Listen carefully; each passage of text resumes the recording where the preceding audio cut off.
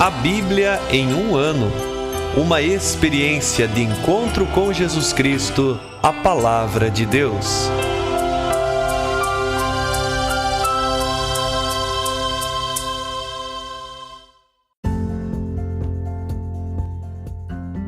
Olá, eu sou Yuri, seminarista da Diocese de Ponta Grossa, Paraná. Você está ouvindo o podcast A Bíblia em um ano. Usando um plano de leitura cronológico, vamos ler a Bíblia inteira em 365 dias, descobrindo como a história da salvação se desdobra e se atualiza em nossas próprias vidas e na vida da Igreja. Estamos usando a Bíblia Católica com a tradução oficial da Conferência Nacional dos Bispos do Brasil. Você pode baixar o plano de leitura completo por meio de um link que você encontra na página do Instagram abiblia.emumano ou no facebook.com/seminariopg. Inscreva-se nesse podcast por meio da plataforma que preferir para receber as notificações diárias dos novos episódios.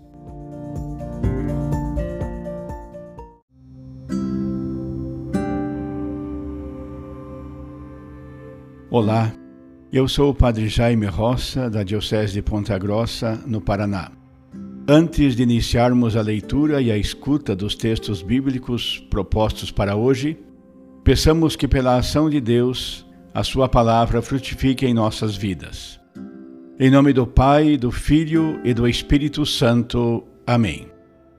Senhor, envia teu Espírito Santo para que eu compreenda e acolha a tua palavra, que eu possa conhecer-te, amar-te, servir-te e louvar-te, a fim de que pelo testemunho da tua palavra todos te adorem. Faze, ó Deus, que pela leitura da tua palavra os pecadores se convertam, os justos perseverem na graça e todos consigamos a vida eterna. Por Cristo nosso Senhor. Amém.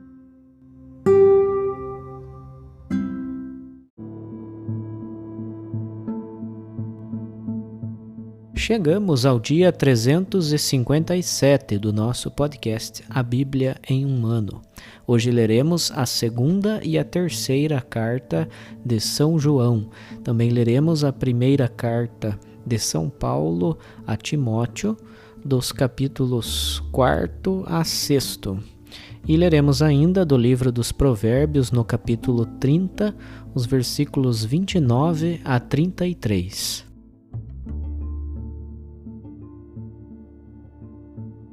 Segunda carta de São João.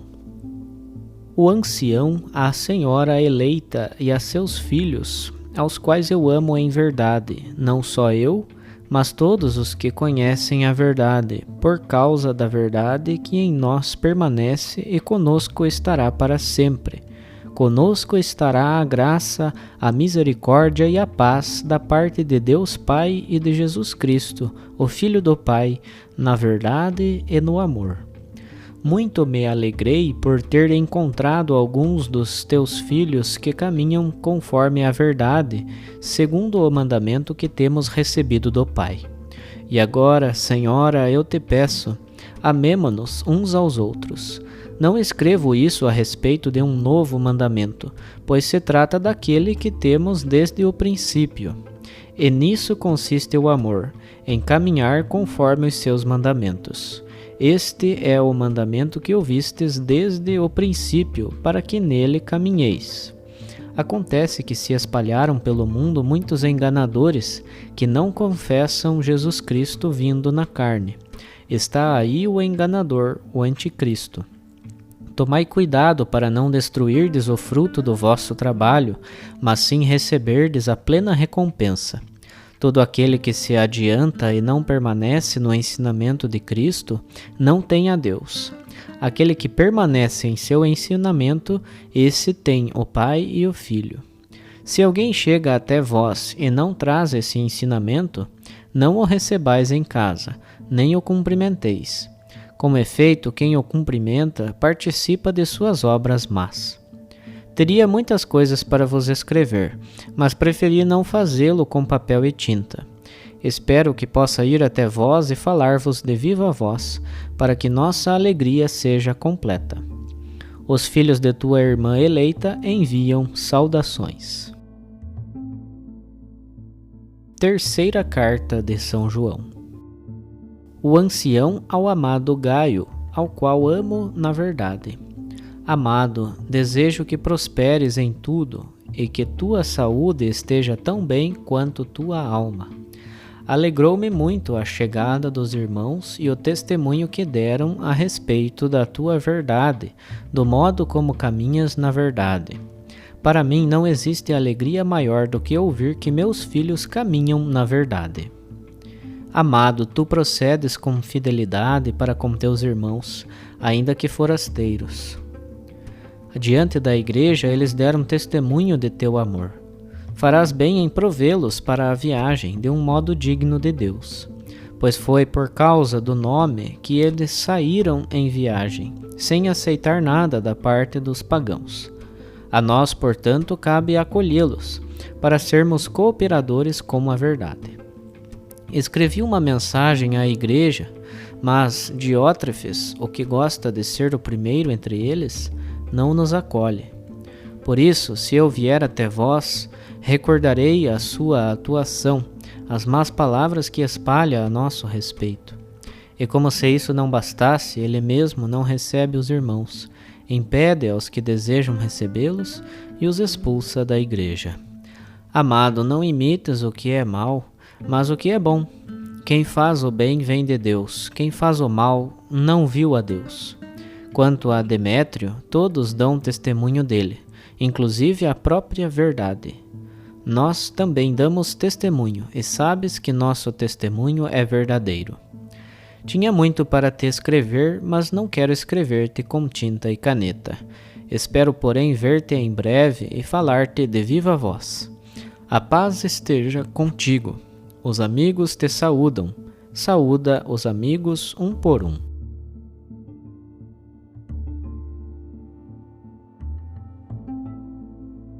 Primeira carta de São Paulo a Timóteo, capítulo 4. O Espírito diz claramente que nos últimos tempos alguns renegarão a fé e se apegarão a embusteiros e a doutrinas diabólicas, deixando-se iludir por pessoas falsas e mentirosas, com a consciência marcada por ferro em brasa. Proíbem o matrimônio e o uso de certos alimentos que, no entanto, foram criados por Deus para serem tomados com ação de graças pelos fiéis e por aqueles que chegaram ao conhecimento da verdade. Com efeito, toda criatura de Deus é boa, e não se deve rejeitar coisa alguma que se usa com ação de graças. Com efeito, essas coisas são santificadas pela palavra de Deus e pela oração. Ensinando isto aos irmãos, serás um bom ministro de Jesus Cristo, nutrido com as palavras da fé e da boa doutrina que tens seguido fielmente. Rejeita, porém, as fábulas mundanas e histórias de gente caduca, e exercita-te para a piedade. O exercício corporal é de pouca utilidade, ao passo que a piedade é útil para tudo, pois tem a promessa da vida presente e da futura. Esta palavra é digna de fé e de toda a acolhida.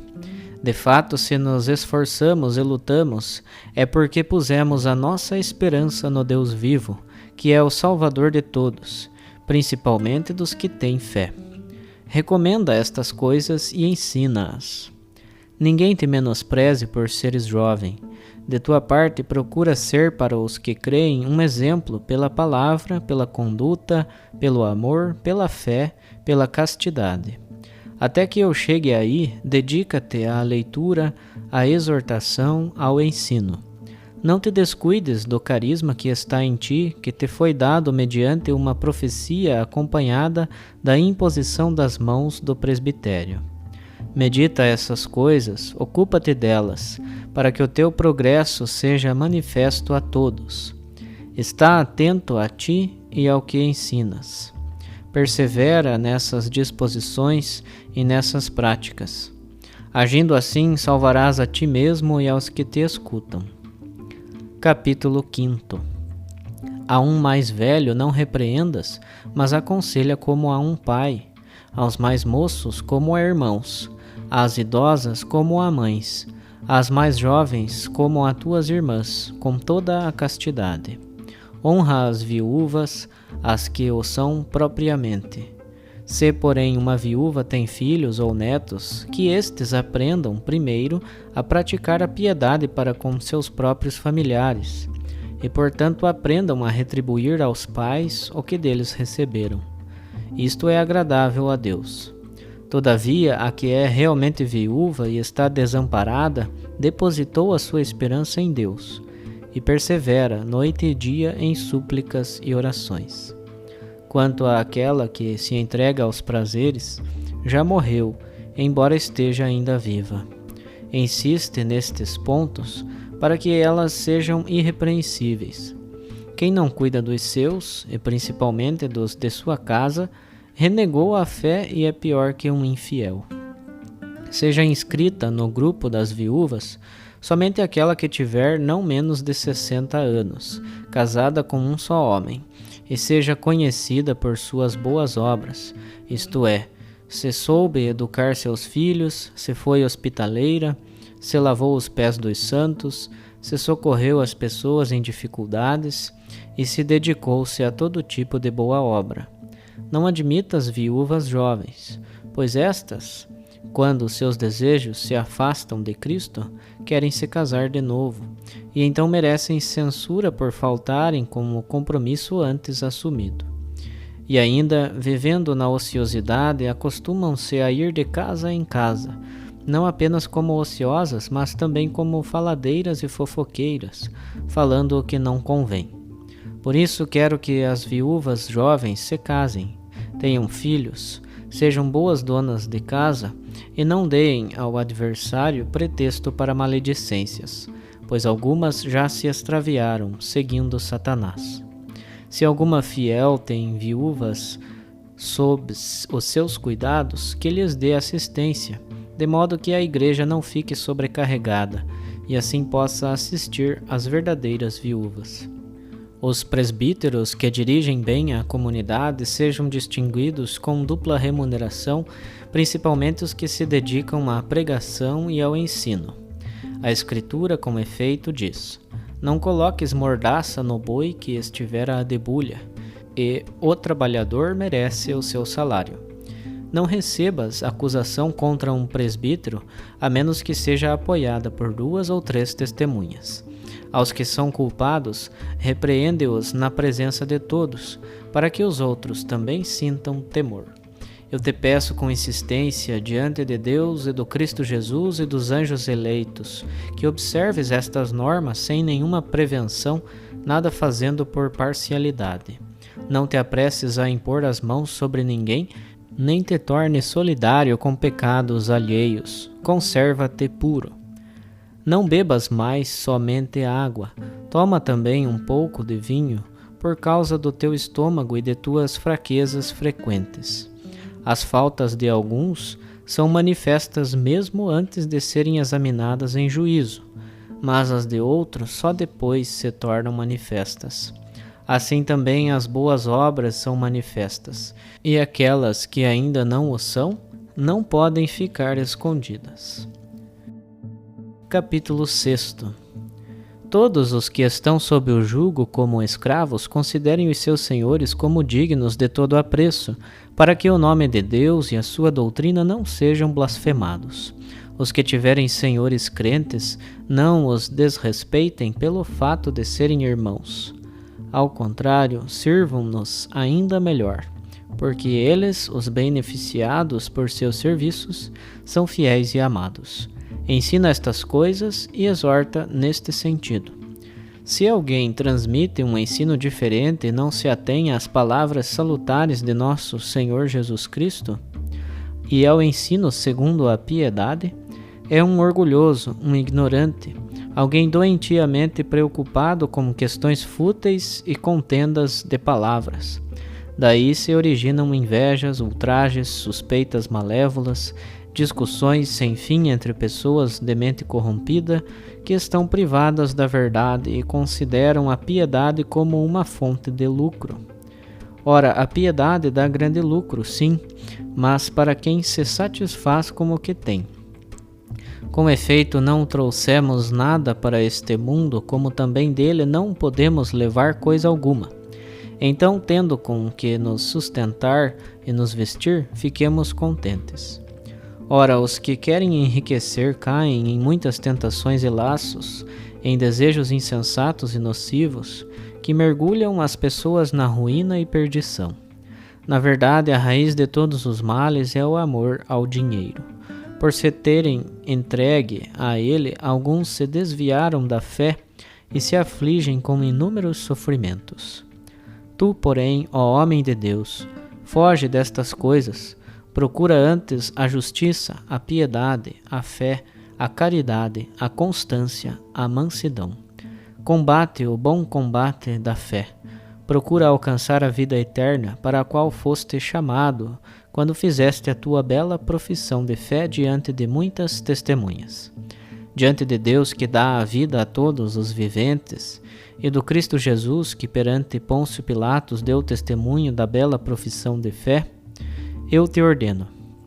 Observa o mandamento com todo o cuidado, irrepreensivelmente, até a manifestação de nosso Senhor Jesus Cristo. Esta será realizada a seu tempo, pelo bem-aventurado e único soberano, o Rei dos reis e Senhor dos senhores, o único que possuía a imortalidade, que habita numa luz inacessível, que ninguém viu nem pode ver.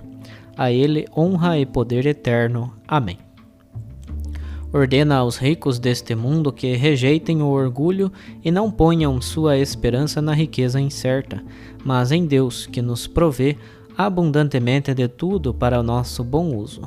Ordena-lhes ainda que façam o bem e se enriqueçam de boas obras, que sejam prontos para dar e compartilhar. Assim acumularão para si mesmos um valioso tesouro para o futuro, a fim de alcançarem a vida verdadeira. Ó Timóteo, guarda o bem que te foi confiado, evita os discursos fúteis e ímpios, bem como as objeções de uma falsa ciência. Foi por terem abraçado essa falsa ciência que alguns se desviaram da fé. A graça esteja convosco.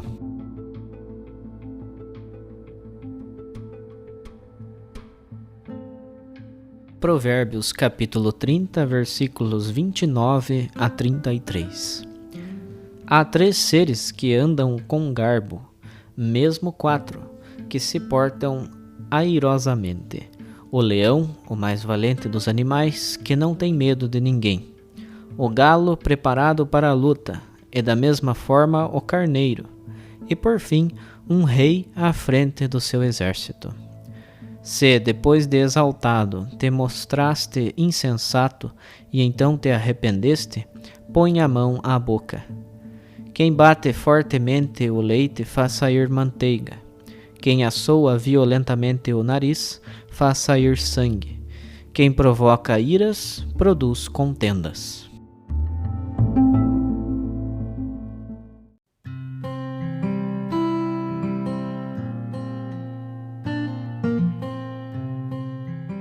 Olá, eu sou o Padre Rodrigo Ribas. Meditamos hoje a 2ª carta de João e a 3ª carta de João. Ambas são bastante curtas. A 2ª carta é composta por apenas 13 versículos. É dirigida a uma comunidade chamada de Senhora Eleita e alerta para as seduções do Anticristo. É preciso cortar todas as relações com quem manifeste pertencer aos ensinamentos do Anticristo. A 3ª, ela é composta de 15 versículos e é dirigida a um certo Gaio, que é um personagem desconhecido, mas que provavelmente é o coordenador de uma comunidade. Essa carta narra que naquele tempo e também naquele lugar, muitos cristãos eles se colocavam a andar a região anunciando o Evangelho de maneira gratuita para todos aqueles que não conheciam Jesus Cristo. Gaio é alguém que acolheu essas pessoas e também dispensou os cuidados, inclusive dando para eles aquilo que era necessário para a viagem. O ancião aqui, ele afirma ter escrito algumas palavras à igreja. Talvez se trate inclusive da 2ª carta. Não sabemos onde se localizava essa igreja, mas aqui aparece um tal de Diótrefes, que é acusado de não receber e de estar ambicionando o primeiro lugar.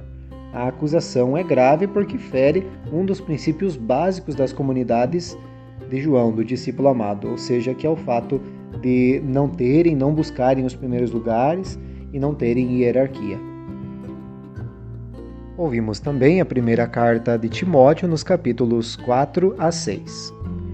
Diante das falsas doutrinas, Timóteo é recomendado a ser guardião fiel da palavra de Deus e é aconselhado a ter atitudes de bondade para com todos e considerando o lugar das viúvas na comunidade. Essa última, que faz inclusive parte de uma tradição bíblica, ao longo do Antigo Testamento tem uma clara opção preferencial pelas viúvas e pelos órfãos. São categorias sociais mais desprotegidas e também marginalizadas. E aqui se distingue várias espécies de viúvas, várias modalidades. As que têm família e não carecem da assistência da igreja, as verdadeiras viúvas que ficaram sozinhas e necessitam da assistência da igreja, as viúvas mais idosas, que são chamadas a exercer funções na igreja, e as viúvas jovens, a quem o autor recomenda que se casem novamente. Na sequência, vai ser apresentado o papel dos presbíteros, os quais presidiam as assembleias e ajudavam nas tomadas de decisões, além de pregar e de ensinar. E, por fim, contra os falsos doutores, apresenta a atitude daquele que deve ensinar a doutrina conforme piedade, guardando o depósito da fé.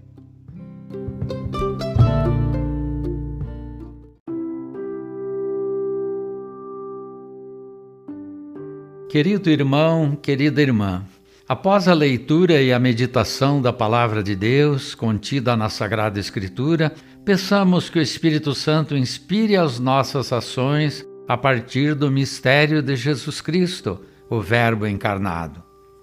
Oremos. Ó Deus, concedei ao vosso povo alimentar-se cada vez mais da vossa palavra e nela encontrar a fonte da vida. Por nosso Senhor Jesus Cristo, vosso Filho, na unidade do Espírito Santo.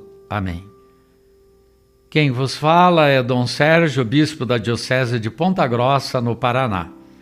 Que desça sobre vós a bênção de Deus Todo-Poderoso, Pai e Filho e Espírito Santo. Amém.